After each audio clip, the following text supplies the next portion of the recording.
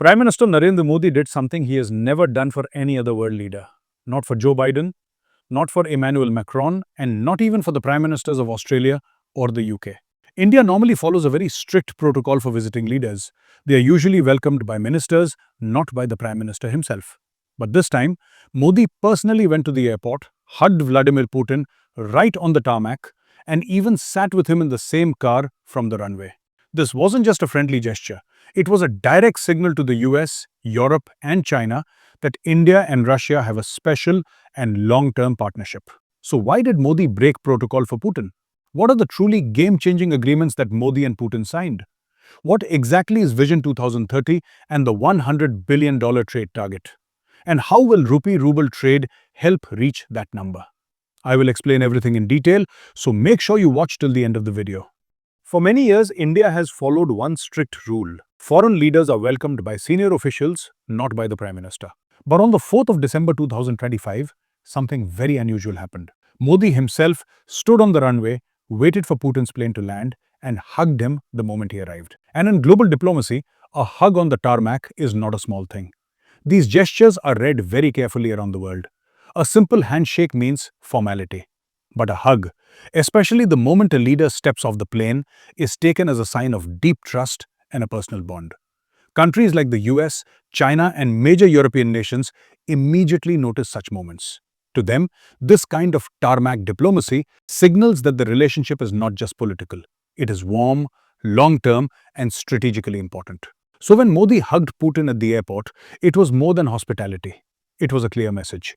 Even when Russia is facing global pressure after the Ukraine war, India still values its old partnership. And India will make its decisions based on its own national interest, not because any other country wants it to.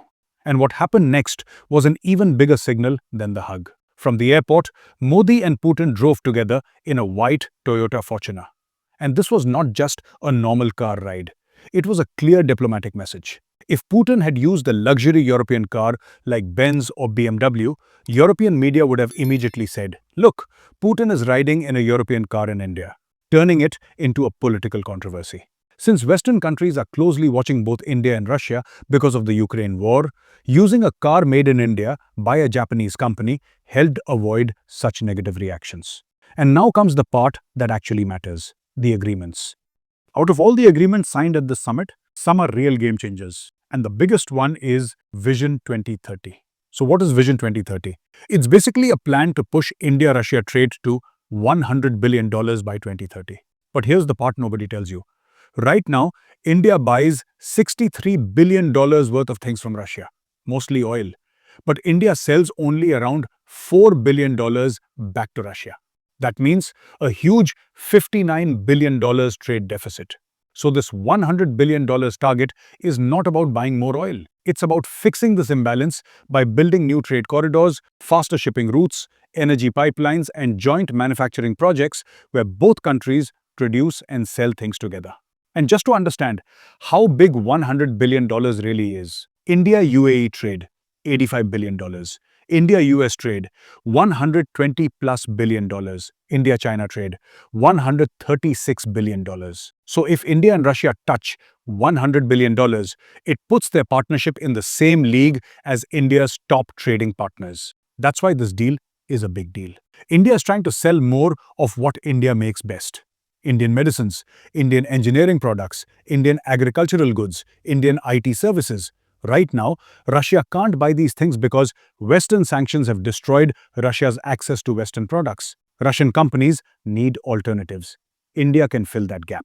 This is the perfect example of how a strategic partnership actually works. India gets a huge new market, Russia gets trustworthy suppliers, and both countries reduce their dependence on Western systems. But there is something even more strategic happening. You know what else was discussed? Critical minerals. Lithium, cobalt, rare earths, the materials you need to make electric car batteries, smartphones, semiconductors, everything modern. China currently controls 90% of rare earth processing. India is trying to break that monopoly. Russia has massive reserves of these materials. Together, India and Russia are building an alternative supply chain. This doesn't just help India and Russia, it helps every country that doesn't want to be dependent on Beijing for technology materials. Now, here is a wild fact almost nobody is talking about. 90% of India-Russia trade is now settled in rupees and rubles, not in dollars. This is actually revolutionary. Here is how it works in very simple English. Russian banks have Vostro accounts inside Indian banks. When India buys oil from Russia, India pays in rupees. And those rupees are deposited into these Vostro accounts. When Russia buys things from India, they use the same rupees. No dollars, no American banks, no SWIFT, no US interference. This is real financial independence. But there is one big problem. Russia is not buying enough from India. So a massive amount of rupees, almost 40,000 crore, around $5 billion, is now sitting unused in these Vostro accounts. This is why Russia keeps pushing India to sell more pharma, IT services, machinery, and consumer goods. They want to actually spend those rupees instead of letting them remain stuck. So yes, ditching the dollar is a bold move. But for this system to truly work, India must boost its exports to Russia. But wait, let's talk about something India really needs: energy security. Putin gave Modi an explicit assurance: uninterrupted fuel supplies. That matters. India is an energy-hungry economy. Every factory, every power plant, every truck on the road needs energy. Russia provides India with discounted oil while the rest of the world is paying higher prices. This advantage is massive for India's economy. When America imposed tariffs on Indian goods, they were essentially saying, "We are punishing you for getting cheap Russian oil." That's economic punishment. Modi's response was, "We are buying even more." That's not just smart, that's strategic confidence. But energy security is not just about oil. There is something much bigger. India needs electricity for 1.4 billion people, and that demand is growing every single day. That's why Russia and India have now agreed to build small modular nuclear reactors, or SMRs. So what are SMRs? Think of them as mini nuclear power plants, each between 50 to 300 megawatts. They are cheaper, faster to build, safer, and you can put them in remote areas where big power plants can never be built. And the best part? They are modular. You can add more units whenever you need more power. Russia already has real experience with this. They even run a floating SMR in the Arctic called Academic Lomonosov, literally a nuclear plant on a ship. So the technology is not theory. It already works in one of the harshest regions on Earth. And India is already planning 20 SMRs by 2040. On the Kudankulam nuclear project, the Indian nuclear power plant built with Russian help, both sides just agreed to speed things up. Units 3, 4, 5 and 6 are coming. This is not small stuff. Kudankulam eventually will produce a third of all India's nuclear power. Now let's talk about defense, because this is where things get really interesting. You know what happened recently? In Operation Sindoor, India's military strikes against terrorist camps in Pakistan and Pakistani-occupied Kashmir. Indian jets used BrahMos missiles. These are supersonic cruise missiles, jointly developed by India and Russia. These missiles are so fast and so accurate that Pakistani air defense systems could not even track them properly. Pakistan got humiliated, completely outmatched. Here is what's wild. India is now developing BrahMos-NG, the next generation of the BrahMos missile. This new version will be faster, lighter, smaller, and will shoot even farther than the current one. How much faster? BrahMos-NG will fly at around Mach 3.5, more than 3 times the speed of sound. Its range will jump from 290 kilometers to about 450 kilometers. And because it's smaller and lighter, it can fit on fighter jets like Tejas Mk1A, Rafale, Su-30 Mki, and eventually even the AMCA. Now here is the hook. Pakistan has no counter to this. Why? Because Pakistan's air defense systems cannot track or intercept missiles flying at Mach 3+. And the biggest part? This time, it's not India just buying a missile from Russia. It's India and Russia co-developing BrahMos-NG together, with deep technology transfer to Indian companies. Then there are the S-400 air defense systems. These are radar systems that can detect enemy planes from 400 kilometers away. India already has 3 regiments of these and just approved buying 280 more missiles to restock and build reserves. But here's the game changer. Bharat Dynamics, an Indian company, is now going to manufacture some of these missiles locally. That means jobs in India, technology transfer to India, and most importantly, India doesn't have to keep buying everything from abroad. India becomes self-reliant. Su-30 fighter jets. India has 272 of these. Russia is upgrading them with new missiles, new radars, new engines, and Indian engineers are involved in the upgrades. That's how you build expertise. That's how you transform from a buyer into a builder. Here is something that caught everyone's attention but not many understood. Putin personally launched RT India, Russia's international news channel, during this visit. Why would a president of a major country personally attend a media launch? What's the big deal? Simple. Narratives matter in geopolitics. For decades, Western media has controlled the global story. BBC, CNN, Reuters, these channels tell the world what's happening. They tell the story of Ukraine from a Western perspective.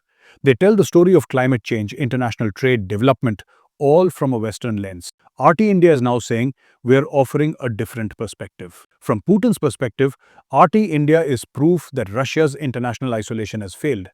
Russia can still launch major ventures, can still reach global audiences, and can still shape conversations. For India, having another media voice means more narrative independence. Now let's zoom out and see the bigger picture. What is India actually trying to do? There is a term called the multipolar world order. Sounds heavy, but it's very simple. Instead of one superpower, America, telling everyone what to do, you have many major powers. America, China, India, Russia, the EU. Each has its own influence, and they all negotiate with each other instead of following one boss. And India has its own clear strategy for this multipolar world. It's built on 4 pillars. 1. Strategic autonomy. India makes its own decisions, not following any one camp. 2. Issue-based alignment. India teams up with different countries depending on the issue. 3. Multi-vector partnerships. India works with everyone, the West, the East, the Middle East, Africa. 4. De-dollarized trade routes, reducing dependence on the US dollar and building new payment systems. And you can actually see the strategy in action. Quad with the US, Japan, Australia. Indo-Pacific security. SCO with Russia and China. Eurasian cooperation. I2U2 with UAE and Israel. West Asian supply chains. BRICS expansion. Building a non-Western economic bloc. India is everywhere, talking to everyone, without becoming anyone's sidekick. That's how a truly multipolar power behaves. The Russia visit is India saying, we're in the multipolar club now. We don't need permission from any superpower. We'll work with everyone, align with none, and pursue our interests. But here is the real question nobody's asking. Can this actually work? Can India and Russia really hit that $100 billion trade target by 2030? Can India really diversify its exports to Russia? Can the Rupee Ruble currency system actually replace dollars? Honestly, it's risky. The West might increase pressure. New sanctions might make things harder. Global economic slowdown could reduce demand. Ukraine war could escalate and create new complications. But here is why it might work anyway. India needs it. Russia needs it. And the global South is watching. If India and Russia pull this off, every other developing country will want the same arrangement. That terrifies Washington because it means American control over global finance and trade weakens. And here's the most important thing. This was just the summit. The real work starts now. Building those trade routes, launching those defense programs, transferring that technology, setting up those financial systems. If India executes well, in 5 years, everyone will be copying the India-Russia model. Before you go, I want to ask you something important. Do you think India can actually achieve this $100 billion trade target without getting isolated by Western countries? Or will the Trump tariffs and Western pressure force India to back down? Is strategic autonomy actually possible in today's world, or is it just a nice concept? Drop your thoughts in the comments below, and if this video gave you new insights, don't forget to subscribe. It really motivates me to create even more for you. Jai Hind.